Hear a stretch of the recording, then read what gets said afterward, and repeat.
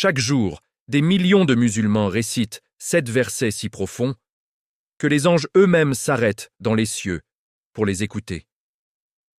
Ces 7 lignes renferment une guérison pour le cœur, une guidance pour l'égaré, une protection contre tout mal.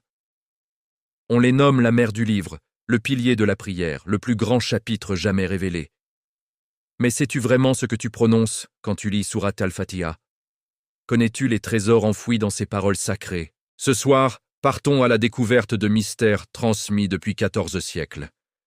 Des secrets que les plus grands savants ont scrutés toute leur vie. Des lumières capables de transformer entièrement ton existence. Du premier mot au dernier, nous allons parcourir chaque verset et comprendre pourquoi le prophète Mohammed, paix et bénédiction sur lui, a déclaré que ce chapitre équivaut aux 2/3 du Coran tout entier. Nous verrons aussi la conversation intime qui se déroule entre toi et Allah à chaque récitation, et pourquoi ce seul chapitre peut guérir les maladies, repousser les forces du mal et ouvrir les portes du paradis. Lorsque la première révélation descendit sur le prophète, paix et bénédiction sur lui, dans la grotte de Hira, l'ange Gabriel ne lui apporta pas seulement l'ordre de « lis ». Il lui offrit un trésor qui deviendrait le cœur de la vie spirituelle de chaque musulman. Après les premiers versets de Surat al-Alaq, une pause dans la révélation, la Fatrat al-Wahi, plongea le prophète dans un ardent désir de guidance supplémentaire. C'est alors que Gabriel revint, non avec n'importe quel texte, mais avec ces 7 versets parmi les plus importants de toute l'histoire. Les exégètes rapportent que Al-Fatiha figure parmi les toutes premières sourates révélées, certains disant même qu'elle le fut 2 fois, une à la Mecque, une à Médine, soulignant son rang exceptionnel. Quand ces paroles furent prononcées pour la première fois, la terre et les cieux en reconnurent la grandeur. Les anges se rassemblèrent, les djinns se turent, et le trône divin trembla devant la majesté qu'elle contenait. Pourquoi ce chapitre porte-t-il le titre al-Kitab, la mère du livre? Parce qu'il renferme l'essence même de tout le Coran. Chaque thème, chaque vérité divine présente dans les plus de 6000 versets se trouve condensée ici, comme une clé ouvrant toutes les portes de la connaissance céleste, une carte menant à tous les trésors de sagesse. Le prophète, paix et bénédiction sur lui, a dit, dans un hadith authentique rapporté par Abu Saïd al-Khudri, « Par celui qui tient mon âme entre ses mains, rien de semblable n'a été révélé dans la Torah, l'Évangile, les psaumes ou ailleurs dans le Coran. » Commençons par le Bismillah ar-Rahman ar-Rahim. Ce n'est pas une simple formule d'ouverture. En prononçant ces mots, tu invoques le nom d'Allah et ses 2 attributs suprêmes de miséricorde. Les lettres Ba, Sin, Mim symbolisent, selon certains savants, la beauté d'Allah, ses secrets insondables et sa souveraineté absolue. En disant « Bismillah », tu te relies à tous les prophètes avant toi. Noé l'a prononcé en montant dans l'arche, Sulayman l'a inscrit en tête de sa lettre à la reine de Saba, Issa l'a dit avant chaque miracle. Tu entres ainsi dans une chaîne de bénédictions qui traverse les âges. Ar-Rahman désigne la miséricorde universelle qui englobe tout. Croyants comme mécréants, le soleil qui brille pour tous, la pluie qui tombe sur les justes comme sur les injustes. Ar-Rahim, lui, est la miséricorde particulière réservée aux croyants, qui s'épanouira pleinement au paradis. Puis vient Alhamdulillahi Rabbil Alamin, louange à Allah, Seigneur des mondes. Ici, Alhamd n'est pas une simple gratitude pour des bienfaits précis, tchoukr, mais la reconnaissance parfaite qu'Allah mérite toute louange, même dans l'épreuve, car sa sagesse et sa miséricorde sont absolues. Rabbil Alamin va bien au-delà de Seigneur. Rab, c'est celui qui crée, nourrit, soutient, guide et perfectionne chaque chose à chaque instant. Chaque battement de cœur, chaque souffle, chaque atome est sous son soin direct. Alamin englobe tous les mondes, le nôtre, celui des anges, des djinns, des âmes, du barzakh. Allah est le maître de tout cela. La structure même du verset est un enseignement. On commence par la louange de la création vers le Créateur, puis on reconnaît sa seigneurie, ce qui engendre humilité et soumission. Après avoir proclamé la grandeur d'Allah, le 2e verset répète Ar-Rahman, Ar-Rahim pour nous rassurer. Oui, je suis le Seigneur immense de tous les mondes, mais je reste le très miséricordieux envers toi. Ensuite, Maliki Yawmiddin, maître du jour du jugement, Malik, Roi, ou Malik, propriétaire. Les deux lectures sont valides. Allah détient pouvoir absolu et possession totale de ce jour où chaque acte, parole, pensée sera pesé avec une justice parfaite. L'oppresseur rendra des comptes, l'opprimé sera consolé. Allah mentionne ce jour juste après sa miséricorde pour équilibrer espoir et crainte, indispensable à notre équilibre spirituel. Puis arrive le cœur de la sourate. Iyyaka na'budu wa iyyaka nasta'in. Toi seul nous adorons, et toi seul nous implorons au secours. Passage soudain à la deuxième personne. On parle désormais directement à Allah. L'inversion linguistique, Iyyaka en tête, insiste sur l'exclusivité. Toi seul, sans associé. L'adoration, Nabudu, n'est pas seulement rituelle. C'est soumettre chaque décision, chaque but de vie à ce qu'Allah aime. Nasta'in, c'est reconnaître notre faiblesse totale. Sans son aide, nous ne pouvons ni respirer, ni bouger, ni accomplir le moindre bien. Tout l'islam tient dans ces deux mots, Tawhid al-Uluhiyya, unicité dans l'adoration, et Tawhid ar-Rububiyya, unicité dans la demande d'aide. Et enfin la supplication centrale, Ihdinas sirat al-Mustaqim, guide-nous sur le droit chemin. Sirat, chemin clair menant à Allah. Mustaqim, parfaitement droit, sans déviation. Allah ne nous montre pas seulement la voie, il nous guide avec tendresse, nous soutient à chaque pas. Pourquoi redemander la guidance alors que nous sommes musulmans? Parce qu'elle a plusieurs degrés. Compréhension, force d'agir, fermeté face aux épreuves, élévation continue. C'est un besoin quotidien, renouvelé à chaque prière. Pour ne rien manquer de nos prochaines explorations ésotériques et percer chaque semaine de nouveaux mystères sacrés, pensez à vous abonner dès maintenant à notre lettre d'information exclusive. Le dernier verset précise ce chemin. Siratal ladina an'amta alayhim, ghayril maghdubi alayhim waladdallin. Le chemin de ceux que tu as comblés de faveur, non celui de ceux qui ont encouru ta colère, ni des égarés. Ceux comblés, les prophètes, les véridiques, siddiqines, les martyrs, les vertueux, Coran. Ceux qui ont encouru la colère, ceux qui ont connu la vérité et l'ont rejetée par orgueil, souvent cités, certains juifs de l'époque.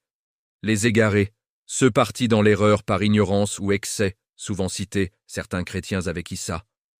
Aujourd'hui encore, ces deux égarements existent, rejet arrogant ou déviation sincère mais erronée. Le prophète, paix et bénédiction sur lui, a nommé Al-Fatiha Ach-Chifa, la guérison. Un hadith raconte qu'un compagnon la récita sur un homme piqué par un scorpion. Il guérit instantanément. Le prophète confirma « Comment savais-tu que c'était une ruqya ?» Elle guérit le corps, mais surtout le cœur, orgueil, envie, haine, l'âme, péché, l'esprit, doute, anxiété. Elle protège. Un hadith évoque 70 anges qui entourent celui qui la récite. Le plus émouvant reste le hadith Qudsi où Allah dit « J'ai partagé la prière entre moi et mon serviteur en deux moitiés. » À chaque verset que tu lis, Allah répond « Mon serviteur m'a loué, m'a glorifié. Ceci est entre moi et lui. Il aura ce qu'il a demandé. » Ta prière devient un dialogue vivant avec le Créateur. Amin à la fin n'est pas une fin, c'est une invocation puissante. Quand imam et fidèles le disent ensemble, les péchés sont pardonnés, les anges le disent aussi dans les cieux. 7 versets, comme les 7 cieux, 7 terres, 7 tours autour de la Kaaba, un symbole de perfection et de complétude. Sa beauté linguistique, son rythme, sa mélodie touchent même les non-arabophones. Des études modernes montrent que sa récitation apaise le stress, abaisse la tension, active les zones cérébrales de la paix et de la spiritualité. Sourate Al-Fatiha est universelle. Elle parle aux rois comme aux mendiants, aux savants comme aux simples croyants.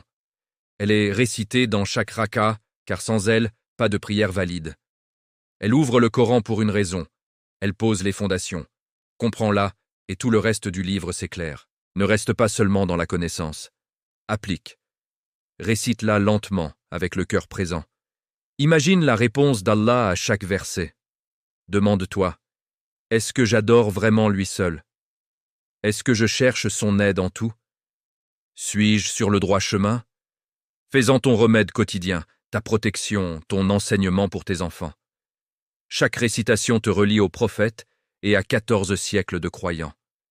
C'est une conversation qui dure depuis toujours et continuera jusqu'à la fin des temps. Le pouvoir de Sourate Al-Fatiha n'est pas caché. Il attend seulement que tu l'approches avec sincérité, compréhension et constance. La Sourate Al-Fatiha, bien que composée de seulement 7 versets, est considérée par les sages et les mystiques comme l'épicentre du Coran. Une condensation de toute la sagesse divine offerte à l'humanité. On l'appelle souvent la mère du livre, car elle contient, de manière embryonnaire, tous les thèmes du message prophétique. La louange, la reconnaissance de la souveraineté divine, la guidance et le chemin de la rectitude. Le secret de cette sourate réside d'abord dans son nom même, l'ouverture, qui ne désigne pas seulement le début physique du texte sacré, mais l'ouverture du cœur du croyant à la lumière de la connaissance.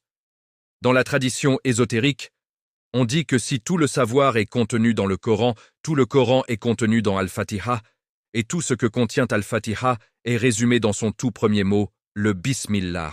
Plus loin encore, certains maîtres suggèrent que le secret ultime réside dans le point sous la lettre Ba, symbolisant l'unité primordiale à partir de laquelle toute la création se déploie.